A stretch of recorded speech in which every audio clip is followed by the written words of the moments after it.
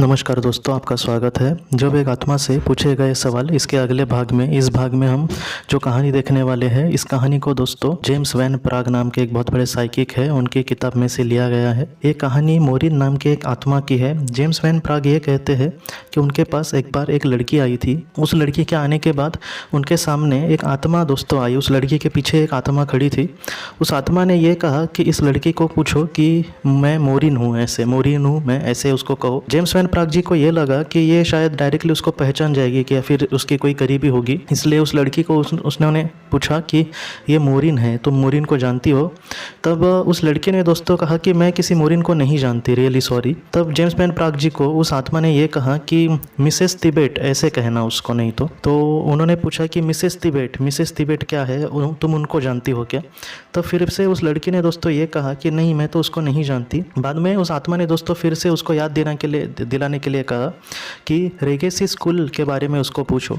तब जब रेगेसी स्कूल का नाम लिया दोस्तों, तब वो लड़की एकदम रोने लगी। इस लड़की का नाम उसमें नहीं दिया है।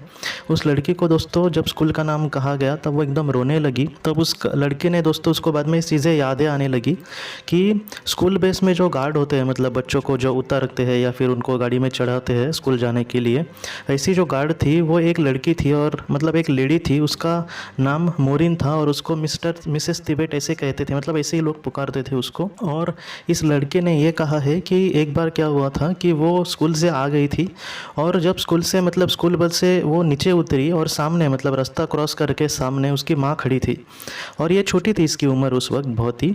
तब इसने अपनी माँ के पास जाने के लिए उसने रास्ता वगैरह देखा नहीं, कौन गाड़ियाँ वगैरह आ रही है, वो डायरेक्ट वहाँ से भागती चली गई। और उस वक्त ऐसा हादसा हुआ था कि जब वो ये कहती है वो लड़की कि जब वो भाग रही थी अचानक कुछ तो हुआ, उसको पता नहीं चला कि आखिर क्या हुआ है।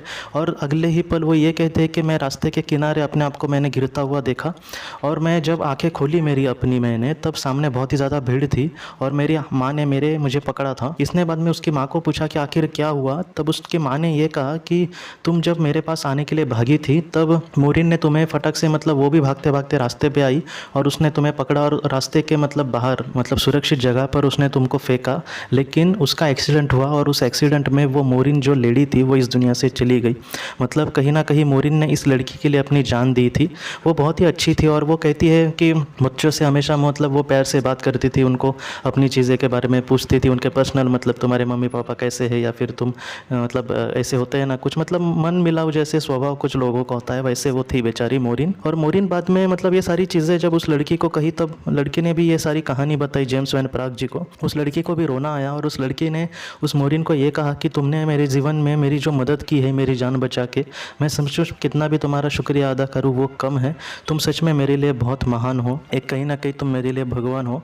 तब मोरिन ने ये कहा कि तुम्हें मुझे शुक्रिया वगैरह कहने की ज़रूरत नहीं है, मैं सच में खुश हूँ इस दुनिया में, और मैं इसलिए भी खुश हूँ कि पृथ्वी पर मैंने मतलब बहुत ही अच्छा काम किया, या फिर कहीं ना कहीं एक अच्छे काम के लिए मेरी जान मैंने अपनी गंवाई, तो मैं सचमुच यहाँ पर खुश हूँ।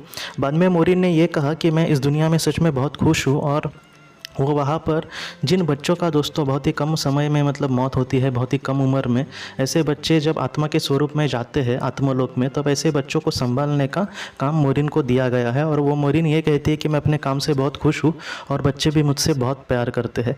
तो इस तरीके से मोरिन ने जो भी कहना था वो कहा उस लड़की को भी बहुत मतलब खुशियाँ हुई, और आखिर में जाते समय भी उस लड़की ने मोरिन को फिर से शुक्रिया कहा कि तुम सचमुच बहुत ही महान आत्मा हो और तुम ऐसे ही हमेशा खुश रहना और लोगों की मदद करते रहना।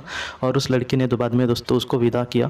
तो ये जो कहानी है दोस्तों वो एक सच्ची कहानी है। ये कहानी कहीं ना कहीं हमें मतलब थोड़े से भावनिक भी बना देती है, या फिर हमें ये सिखाती है, मुझे लगता है सबसे बड़ा सबक, कि जीवन में कभी कभी मुझे क्या मिलेगा वगैरह इसी चीज़ों को हम ध्यान देते हैं, लेकिन एक आत्मा के लिए अगर हम निस्वार्थ रीति से किसी की कुछ मदद करें तो ऐसी मदद को दोस्तों बहुत ही महत्व होता है। तो दोस्तों हम अपने अगले भाग में किसी नए विषय को लेकर मिलेंगे, तब तक आप अपने परिवार। ज़िंदगी की रोशनी ये एक कंसल्टेंसी है जो ऐसे लोगों को मदद करने की कोशिश करती है जिन्होंने किसी अपने को खोया है, या फिर जो लोग अपने जीवन में बहुत ही ज़्यादा दुखी है। जो लोग इस संस्था के साथ जुड़ते हैं उनको इस विषय की किताबें और जानकारी भेजी जाएगी। इसके साथ साथ जो लोग पास्ट लाइफ रिग्रेशन थेरेपिस्ट के पास नहीं जा सकते, अगर वो घर पे अभ्यास कर सके, इस वजह से उनको पास्ट लाइफ रिग्रेशन की ऑडियोज़ भी भेजी जाएगी। और इसके साथ साथ ध्यान में एकाग्रता बढ़ाने के लिए कुल मिलाकर 5 ऑडियोज़ वीडियोस भी उनको भेजी जाएंगी। तो जो लोग इस संस्था के साथ जुड़ते हैं उनको यह सारी चीज़ें उनके ईमेल पर या फिर व्हाट्सएप पर भेजी जाएंगी। अगर आपको इस संस्था के साथ जुड़ना है तो कृपया इस नंबर पर व्हाट्सएप करें।